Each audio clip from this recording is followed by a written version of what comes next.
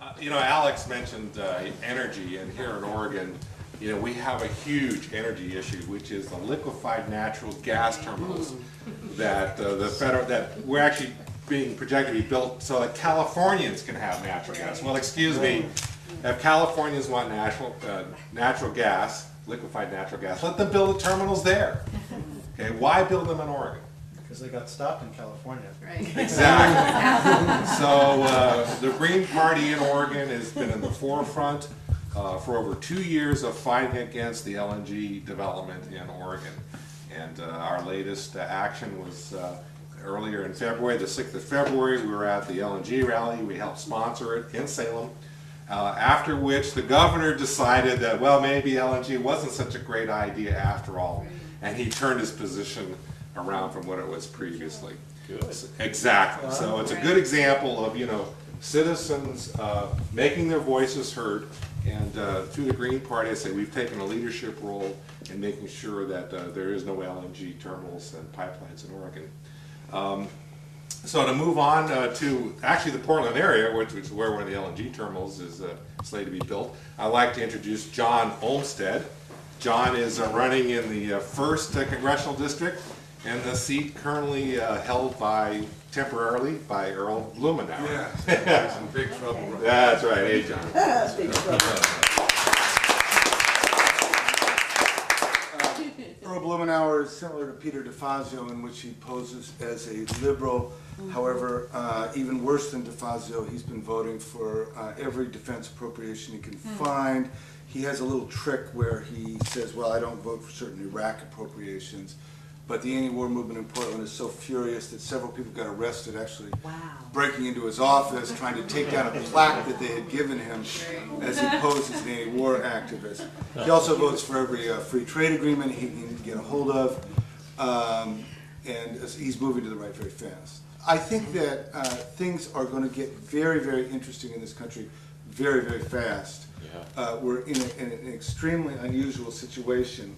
People are obviously flocking to the Democrats because they're desperate for anything other than Bush and what they've had for the last 8 years. And part of that is understandable. Part of that is illusions. Part of that is the whole. The other thing is that a whole section of the ruling class has decided that they need a Democrat in office, and they're probably correct. Because actually the worst attacks on working people are probably yet to come. This country, the bankruptcy of the country is now coming home to roost. The Iraq war has cost, I think the latest figures are $3 trillion. The debt bubble of the federal debt bubble is now breaking because each time because there's so much debt that each time they lower the interest rate, the inflation rate, the value of the dollar collapses. And the last, what was it, 3 days ago, they announced that 65,000 people had lost their jobs in the last period. So the economy, and plus the number of the bankruptcies and the subprime issue, there was a thing on the radio the other day that said something like approximately 10% of people who now own their homes owe more than they value their home. It's called an upside-down mortgage. It's an upside-down mortgage. And of course, the incentive for them to simply walk away from their homes becomes huge. The banks have now lost, the latest estimate is $600 billion in this subprime fraud. So all of this, the facade, the phoniness of the American economy is collapsing very, very fast. And that's why I think fairly quickly the importance of the labor movement, the importance of fighting back is going to go up very, very fast.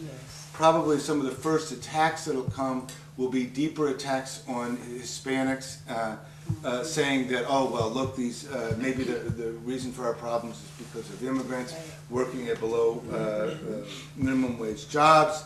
And we'll see that in Oregon with these anti-immigrant measures. So that's going to be one of the main things I fight about. But what we'll see is that this year is not the year we're going to get the biggest vote totals, but I think it's very shortly after, a year into the Democratic administration, if they win, people are going to become extremely embittered as the Democrats simply carry out the same policies as before.